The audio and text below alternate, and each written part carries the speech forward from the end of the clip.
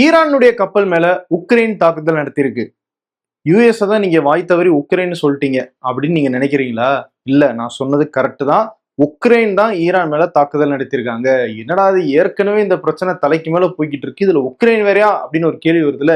Ukraine ஏன் இதுக்குள்ள வந்தாங்க அப்படிங்கிறத பத்தியும், திடீர்னு அமெரிக்கா ஈரானுக்கு இடையில ஒரு நிசப்தமான சூழல் நிலவுது. இது புயலுக்கு முன் அமைதியா இல்ல புயலுக்கு பின் அமைதியா அப்படிங்கிறத பத்தியும் தான் இந்த வீடியோல பார்க்க போறோம். இது decode by Venkat.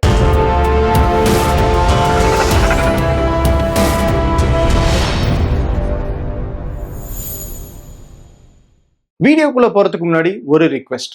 Tamil YouTube ஸ்பேஸ்ல இப்படி ஒரு வேக்கம் இருக்கு, இதை யாருமே கவனிக்க மாட்டாங்க, இந்த செக்டார் யாரும் தொட மாட்டாங்க, இந்த விஷயத்தை யாரும் அட்ரஸ் பண்ண மாட்டாங்க அப்படிங்கிற மாதிரி ஏதாவது டாபிக்ஸ் இருந்தா கமெண்ட்ஸ்ல சொல்லுங்க. என்னுடைய நாலேஜுக்கு உட்பட்டு அது இருந்துச்சு அப்படின்னா நான் அதை பத்தி வீடியோஸ் போடுறேன்.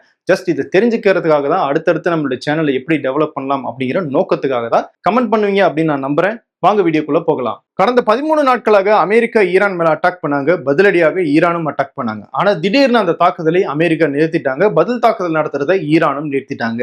ஏன் தாக்குதல் நின்றுச்சு, ஏன் திடீர் அமைதி அப்படிங்கிறது தான் உலகம் முழுக்க எழுப்பப்பட்ட கேள்வி. இதுல 3 முக்கியமான காரணங்கள் சொல்லப்படுது. அதுல எதெல்லாம் உண்மைக்கு பக்கத்துல இருக்கு அப்படிங்கிறத நம்ம பார்க்கலாம். முதல் விஷயம், பேச்சுவார்த்தை நடந்துகிட்டு இருக்கு அப்படிங்கிறது தான். பேச்சுவார்த்தை நடந்துகிட்டு இருக்கு அப்படிங்கிறது நம்ம அமெரிக்கா தாக்குதலை தொடங்கின அடுத்த நாள்ல இருந்தே பார்த்துட்டு இருக்கோம். கத்தார், ஓமன், பாகிஸ்தான் இந்த 3 நாடுகளும் ஈரானையும் அமெரிக்காவையும் எப்படியாவது இந்த தாக்குதலை நிறுத்த வச்சிடணும் அப்படிங்கிற முயற்சியில ஈடுபட்டுக்கிட்டு இருந்தாங்க. அதுல ஒரு முன்னேற்றம் ஏற்பட்டிருக்குன்னு சொல்றாங்க. ஓகே, அது ரொம்பவே பக்கத்துல இருக்கு உண்மைக்கு. 2வது விஷயம், அமெரிக்காவுடைய ராணுவம் தரப்புல என்ன சொல்லியிருக்காங்க, ஈரான் நம்ம ஸ்ட்ரெய்ட் ஆஃப் ஹோர்முஸை ஒட்டி இருக்கிற பகுதிகளை குறி வச்சு அட்டாக் பண்றோம், அங்க இருக்கிற ஈரானுடைய டிஃபென்ஸ் சிஸ்டத்தை எல்லாம் நம்ம அழிச்சிட்டோம், இதுக்கு மேலேயும் அங்க அழிக்கிறதுக்கு ஒண்ணுமே கிடையாது, அதனால நம்ம அட்டாக் நிறுத்திடுவோம் அப்படின்னு அமெரிக்காவுடைய ராணுவ படை தளபதிகள் அவங்க சொன்னதாக ஒரு தகவல் வெளியாகுது. இந்த காரணத்தை நம்மளால ஒரு 50% கூட ஏத்துக்க முடியல.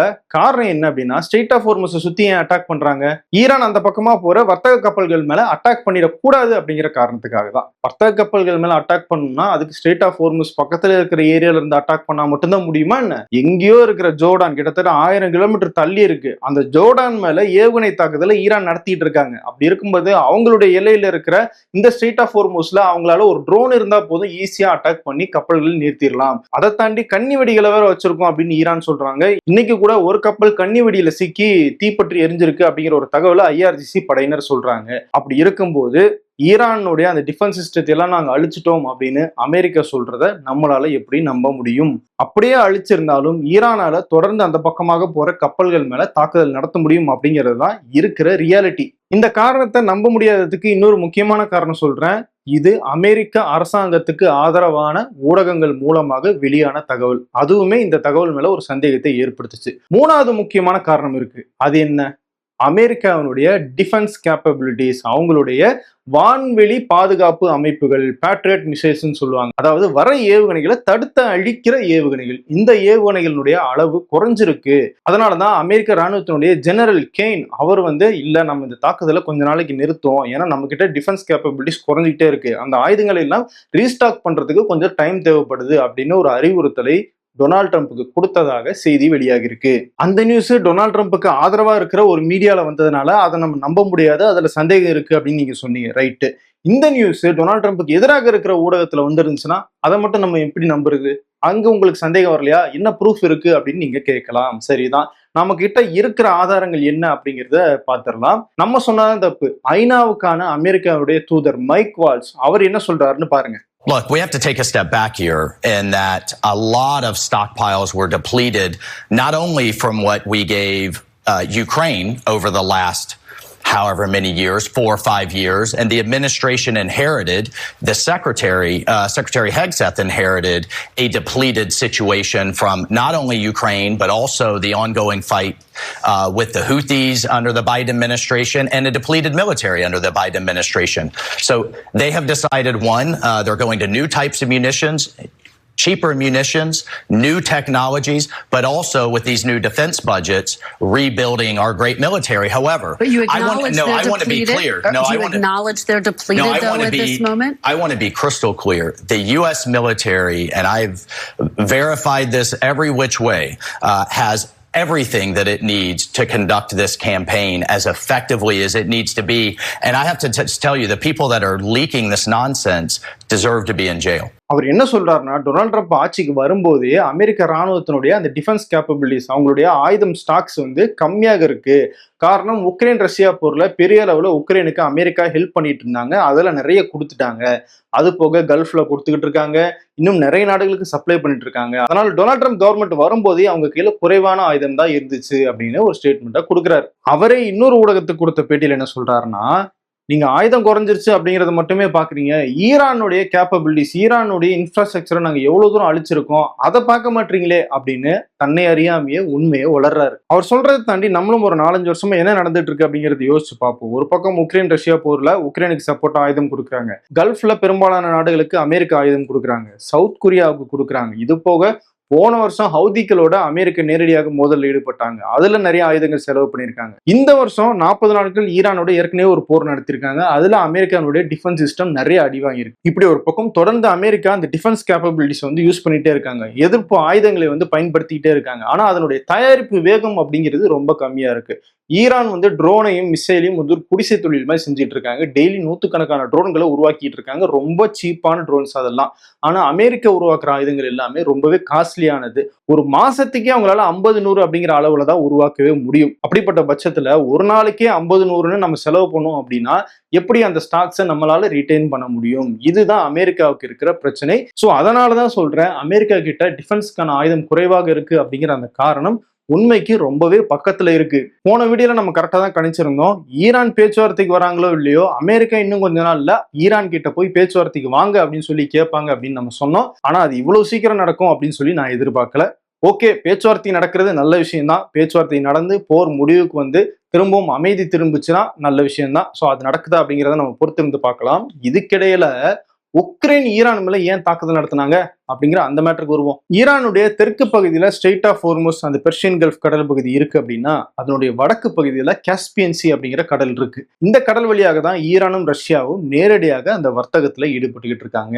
அந்த கடல் வழியாக ஈரான்ல இருந்து ரஷ்யா நோக்கி போன ஒரு கப்பல் மேலதான் உக்ரைன் தாக்குதல் நடத்தியிருக்காங்க. அந்த கப்பல்ல ஈரான் கிட்ட இருந்து சில ஆயுதங்கள் ரஷ்யாவுக்கு போச்சு அப்படிங்கிற ஒரு தகவலும் சொல்லப்படுது.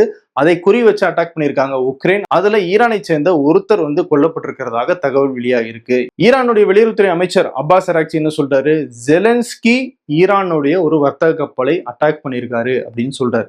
அவரு உக்ரைன்னு சொல்லாம ஜெலன்ஸ்கின்னு சொல்றாரு. இதுதான் ரஷ்யாவினுடைய லாங்குவேஜ். ரஷ்யாவும் அப்படித்தான் வந்து கூப்பிட்டுக்கிட்டு இருக்காங்க. சோ அதன் அடிப்படையில் இப்படி ஒரு தாக்குதலை நடந்ததுனால அதுக்கு கண்டிப்பாக பதிலடி கொடுத்தே தீர்வோம் அப்படின்னு ஈரானுடைய வெளியுறவுத்துறை அமைச்சர் அப்பாஸ் அராக்சி சொல்லியிருக்காரு. சரி, உக்ரைன் எதுக்கு இந்த தாக்குதலை நடத்தினாங்க? 2-3 காரணங்கள் இருக்கு. ரஷ்யாவுக்கு ஆயுதம் போகக்கூடாது அப்படின்னு உக்ரைன் நினைச்சிருக்கலாம். அது ரஷ்யாவுக்கும் உக்ரைனுக்கும் இடையிலான பிரச்சனை, ஓகே. ஆனா போனது ஈரானுடைய கப்பல். அது தெரிஞ்சும் எப்படி உக்ரைன் தாக்குதல் நடத்தினாங்க? உக்ரைனும் அமெரிக்காவும் ரொம்ப நெருக்கமாக இருக்காங்க. உக்ரைனுக்கு சப்போர்ட்டும் பண்ணிட்டு இருக்காங்க. அப்படி இருக்கும்போது அமெரிக்காவுக்கு தெரியாம இந்த அட்டாக் நடந்திருக்காது. அப்போ அமெரிக்கானோட இன்ஸ்ட்ரக்ஷனின் அடிப்படையில தான் ஈரான் மேல உக்ரைன் இந்த தாக்குதலை நடத்தினாங்களா அப்படின்னு ஒரு மிகப்பெரிய கேள்வி வருது. எதுக்கு அமெரிக்கா உக்ரைனை யூஸ் பண்ணணும்? ஒரு ப்ரெஷர் கொடுக்கறதுக்காக இருக்கலாம். என்ன ப்ரெஷர் அப்படின்னு கேட்டீங்கன்னா, ஆல்ரெடி ஈரானுடைய கப்பல்கள் எல்லாம் இந்த பெர்ஷியன் கல்ஃப் ஸ்ட்ரெய்ட் ஆஃப் ஹோர்முஸை தாண்டி போகிறதுக்கான அனுமதியை அமெரிக்கா மறுத்திருக்காங்க. அதை முடக்கி வச்சிருக்காங்க. தாக்குதல் நடத்துறாங்க. ஒரு பக்கம் அந்த கடல் முடங்கிடுச்சு. இன்னொரு பக்கம் இந்திய பெருங்கடலுக்குள்ள ஈரான் கப்பல்கள் வந்தாலும் அட்டாக் பண்ணுவோம் அப்படின்னு அமெரிக்கா சொல்றாங்க. ஸோ 2 கடல்களும் முடங்கிருச்சு. 3வதா ஈரானுக்கு இருக்கிற ஒரு ஆப்ஷன் இந்த காஸ்பியன் சி. ரஷ்யாவோட வர்த்தகத்துல ஈடுபடுறதுக்கு, ரஷ்யா கிட்ட இருந்து ஆயுதங்கள் வாங்குறதுக்கும், ஈரான் ரஷ்யாவுக்கு ஆயுதங்கள் விற்கிறதுக்கும் இந்த கடல் பகுதி ரொம்ப முக்கியமான ஒரு கடல் பகுதி. அதையும் முடக்கலாம் அப்படிங்கிற ஒரு எண்ணத்தோட உக்ரைனை வைத்து அமெரிக்கா இந்த தாக்குதலை, இந்த பிரஷரை கொடுத்தாங்களா அப்படிங்கறதுதான் இன்னைக்கு சர்வதேச அரசியல் பார்வையாளர்கள் மத்தியில விவாதமாக எழுந்திருக்கு. ஈரான் ஹவுதிகளை வச்சு ரெட் சீல இருக்கிற பாவல் மண்டப் ஸ்டேட்டை முடக்குனாங்க அப்படின்னா நாங்க பதிலுக்கு உங்களுடைய காஸ்பியன் சீயை முடக்குவோம் அப்படின்னு ஒரு எச்சரிக்கையை கொடுக்கறதுக்காக கூட அமெரிக்கா இப்படி செஞ்சிருக்கலாம் அப்படின்னு சொல்லப்படுது. சரி, அமெரிக்கா சொல்றாங்க அப்படிங்கிற காரணத்துக்காக உக்ரைன் இப்படி பண்ணிடுவாங்களா? ஏற்கனவே ரஷ்யாவோட போர்ல இருக்காங்க. இதுல ஈரானோட வர சண்டைக்கு போகணுமா அப்படின்னு ஒரு கேள்வி நமக்கே வருதுல. ஆனா உக்ரைன் ஏன் இந்த அட்டாக் பண்ணாங்க? உக்ரைனுக்கு சப்போர்ட் தேவை. மெயினா ஐரோப்பிய நாடுகள் கிட்ட இருந்தும் அமெரிக்கா கிட்ட இருந்தும் அந்த சப்போர்ட் கிடைக்கணும் அப்படிங்கிற காரணத்துக்காக ரொம்ப முயற்சி மேற்கொண்டுகிட்டு இருக்காரு உக்ரைனுடைய அதிபர் ஜெலன்ஸ்கி. அதுல ஒன்னாக இந்த முயற்சி இருக்கலாம் அப்படின்னு சொல்லப்படுது. இந்த மாதிரி முயற்சியை உக்ரைன் பண்றது இது முதல் முறை கிடையாது. சிரியாவில் ஆசாத் அப்படிங்கிறவருடைய ஆட்சி இருந்துச்சு. அந்த ஆட்சிக்கு எதிராக அமெரிக்கா மற்றும் உள்நாட்டிலே இருக்கிற பல்வேறு ஆயுத குழுக்கள் சண்டை போட்டுக்கிட்டு இருந்தாங்க. இன்னொரு பக்கம் ரஷ்யா அதுக்கு ஆதரவாக, அதாவது ஆசாதினுடைய அரசாங்கத்துக்கு ஆதரவாக செயல்பட்டு தாக்குதல் நடத்திட்டு இருந்தாங்க. இதுக்கு இடையில உக்ரைன் போய் இந்த ஆயுத குழுக்களுக்கும் அமெரிக்க படைகளுக்கும் உதவுற வகையில அங்க இருக்கிற ஆயுத குழுக்களுக்கு ட்ரைனிங் கொடுத்தாங்க, ட்ரோன்ஸ் எல்லாம் கொடுத்தாங்க. ஆசாதினுடைய ஆட்சியும் கவிழ்ந்துச்சு. உக்ரைன் தான் அதுக்கு முக்கியமான காரணமா அப்படின்னு சொல்ல முடியாது. உக்ரைனும் அதுல ஒரு பங்காற்றி இருக்காங்க. சோ அந்த வகையில அதை கனெக்ட் பண்ணி பார்க்கும்போது ஈரானுடனான அமெரிக்கனுடைய போர்லையும் உக்ரைன் இந்த மாதிரியான செயல்பாடுகள்ல ஈடுபடலாம். அதுக்கான முன்னெடுப்பாக கூட இந்த தாக்குதல் இருக்கும் அப்படின்னு எதிர்பார்க்கப்படுது. சோ அமெரிக்கா சொல்றாங்க அப்படிங்கிற காரணத்துக்காக உக்ரைன் ஈரானுக்கு ஒரு ப்ரெஷர் கொடுக்கலாம். அதுக்கு கைமாறாக அமெரிக்கா கிட்ட இருந்து உக்ரைனுக்கு ஏதோ பெரிய சப்போர்ட் கிடைக்கலாம். அது என்ன அப்படிங்கறத நம்ம பொறுத்திருந்து தான் பார்க்கணும். வருங்காலங்கள்ல தான் தெரிய வரும். ஆனா ஈரான் இதுக்கு கண்டிப்பா ரெஸ்பான்ஸ் கொடுத்தே ஆகணும் அப்படிங்கிற முடிவுல இருக்காங்க அப்படிங்கிற தகவல் வருது. காரணம் என்னன்னா, சிரியாவில் நடந்த மாதிரி உக்ரைன் இங்கேயும் எதுவும் பண்ணிடக்கூடாது, அதை அனுமதிக்க கூடாது அப்படின்னா இதுக்கு ஒரு பதிலடி கொடுத்தே ஆகணும் அப்படிங்கிற முடிவுல ஈரான் இருக்கிறதாகவும் தெரியுது.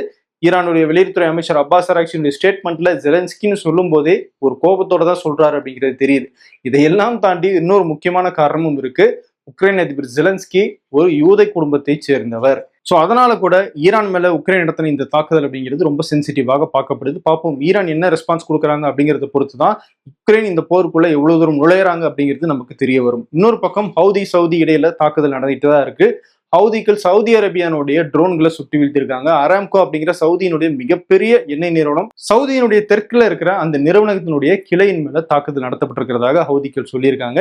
அங்கேயும் டென்ஷன்ஸ் நிலவுது. அந்த ரெட் சி வழியாக பாபல் மண்டப் ஸ்ட்ரீட் வழியாக கப்பல்களுடைய போக்குவரத்து குறைஞ்சிருக்கு. ஸ்ட்ரெயிட் ஆஃப் ஹோர்முஸ்லயும் கப்பலுடைய போக்குவரத்து குறைஞ்சிருக்கு. இருந்தாலும் இந்த 2 நாட்களாக அமெரிக்கா ஈரான் தாக்குதல் நடத்தல அப்படிங்கிற காரணத்துக்காக கச்சா எண்ணெயினுடைய விலை கொஞ்சம் குறைஞ்சிருக்கு. பார்ப்போம் இந்த நிலைமை தொடருதா, பேச்சுவார்த்தையில ஒரு சுமூகமான முடிவு எட்டப்படுதா, இல்ல திரும்பவும் போர் தொடங்குதா அப்படிங்கிறத நம்ம தொடர்ந்து நம்ம டிகோட் பை வெங்கட் சேனல்ல பார்ப்போம். நம்ம சேனலுக்கு சப்ஸ்கிரைப் பண்ணுங்க, உங்களுடைய ஃப்ரெண்ட்ஸுக்கு ஷேர் பண்ண சொல்லுங்க. ஹைப்னு ஒரு பட்டன் இருக்கு. இந்த வீடியோ பிடிச்சிருக்கு, நம்ம சப்ஸ்கிரைபர்ஸை தாண்டி இன்னும் நிறைய பேருக்கு போய் சேரணும் அப்படின்னு நீங்க நினைச்சீங்க அப்படின்னா அந்த ஹைப் பட்டன் கிளிக் பண்ணுங்க. இன்னும் புதிய ஆடியன்ஸை, புதிய ஃபேமிலிஸை நம்மளுடைய சேனலுக்குள்ள கொண்டு வரலாம். அதுக்கு உதவுங்க. அடுத்த வீடியோல உங்களை மீண்டும் சந்திக்கிறேன். நன்றி.